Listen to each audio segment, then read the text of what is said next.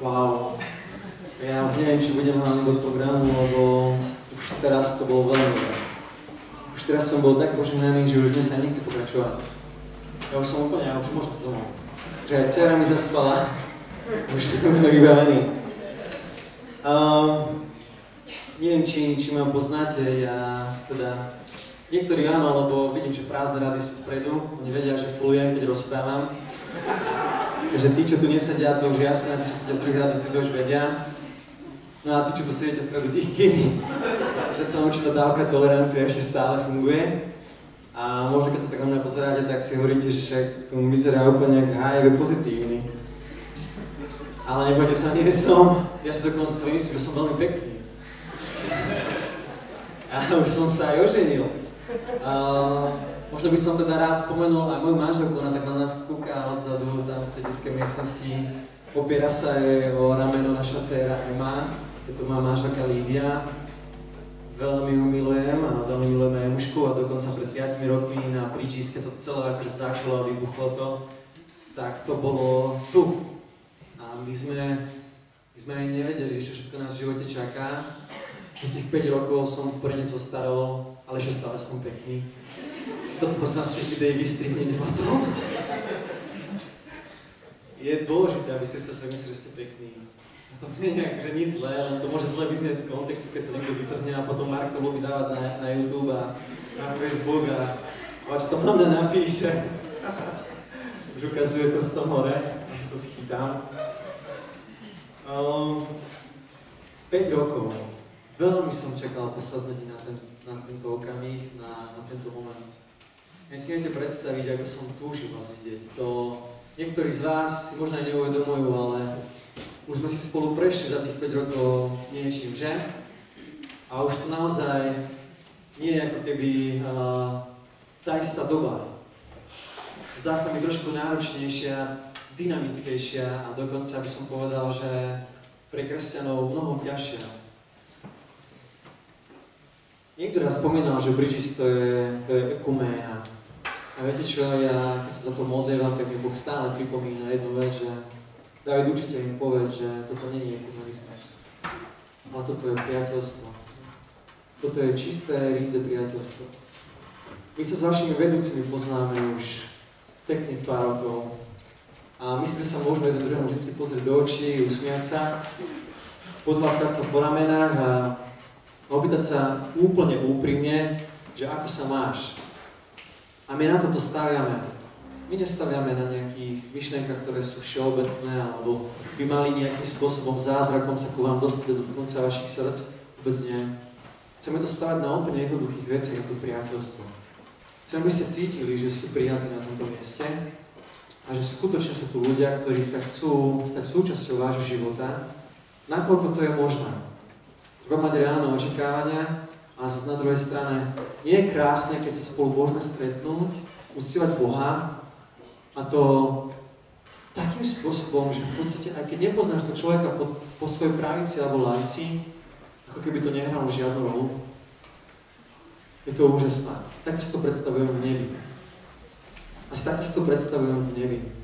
Ak ste teda ešte neboli nikdy na Bridges, tak vám poviem teda nejaké základné veci, ktoré Bridges prečo Bridges vlastne existuje a vlastne z akého dôvodu sme to znovu dali dokupy. Najhlavnejší dôvod, alebo lepšie poviem motivácia je, že milujeme Krista. Je to tak jednoduché, ako som to teraz povedal. Ako to aj hovorím, milujeme Krista, milujeme ho všetci rovnako a je to najkrajšie a najlepšie, čo nás kedy mohlo v živote postretnúť. Ak si ešte nikdy nestretol kresťanov, asi na tomto mieste rozmýšľať nad tým, že čo sme to za ľudia a aké máme rozmýšľanie, čo to pohybujeme, čo je našim DNA, tak ešte bez hanby ti chcem povedať, že Kristus je naše DNA, ak by to znie ako sci-fi. Ale je to tam, je to v nás, ovplyvňuje nás On svojimi rozhodnutiami, svojou láskou, tým, čo pre nás spravil, nás tak ovplyvnil, že práve dnes vďaka tomu tu sme.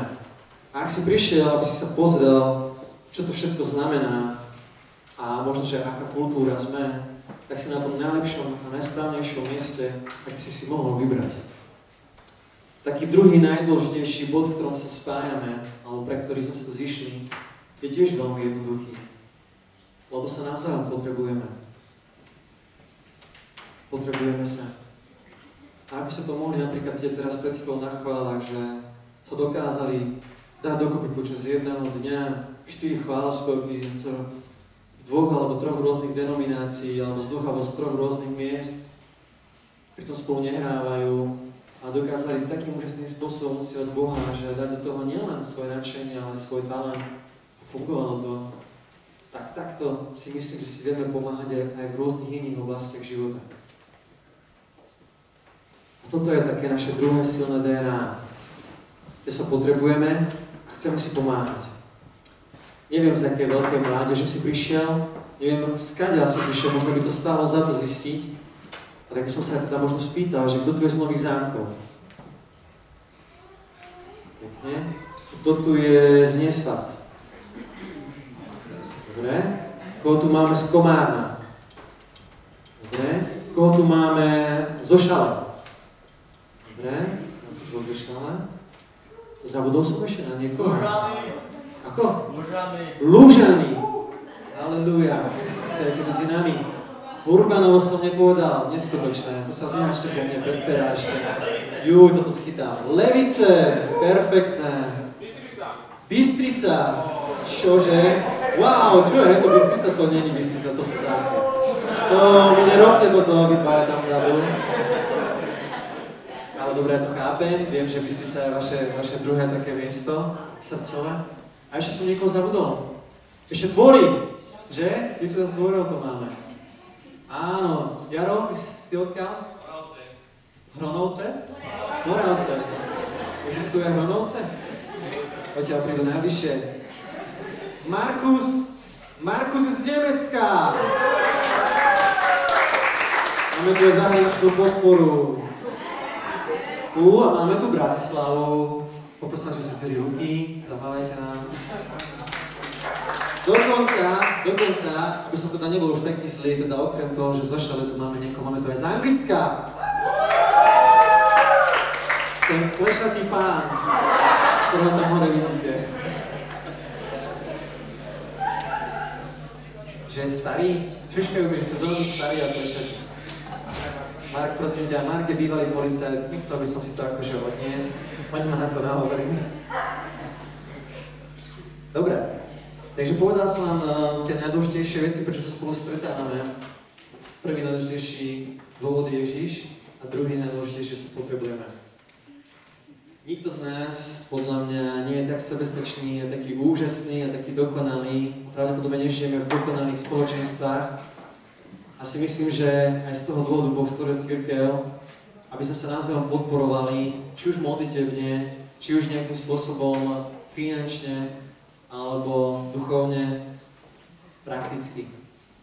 Takto to robila aj prvá cirkev a mi sa to strašne páči. Mám radosť z toho, keď počujem, že nejakí ľudia, ktorí predtým sa možno aj nepoznali, zistili, že majú spolu o čom hovoriť, môžu sa povzbudiť, môžu si podať pomocnú ruku a môžu vytvoriť nejaké úžasné aktivity, ktoré sú na slávu Božieho kráľovstva. A mám z toho úprimnú radosť, ak sa to deje a moja skúsenosť zo stretnutí Bridges bola taká, že dlho ešte potom, ako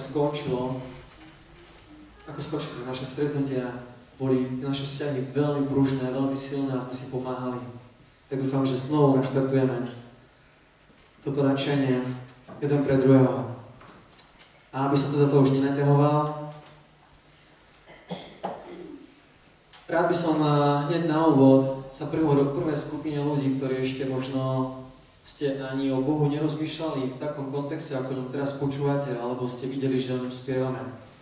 Možno si ešte neurobil rozhodnutie, ktoré nejakým spôsobom ovplyvnilo tvoje hodnoty a tvoj život natoľko, že by si mohol povedať, že Boh je pre teba tak veľmi zaujímavý, že by si ho chcel zakúsiť v takej forme, ako o ňom hovoríme tu teraz. Alebo dokonca možno niekto o ňom iný hovoril spôsobom, ktorý ťa zaujal. A vieš čo, my všetci, ako sme tu, my sme určitým spôsobom žili predtým, než sme možno uverili v Boha. Ale mám tu dnes dvoch špeciálnych hostí, ktorých by som zavolal a aby sa nám trošku zdôverili a zdieľali sa s nami o tom, že ako to bolo v ich živote a prečo sa rozhodli pre Boha. Takže poprosím hneď na úvod Ríša a potom Lukáša.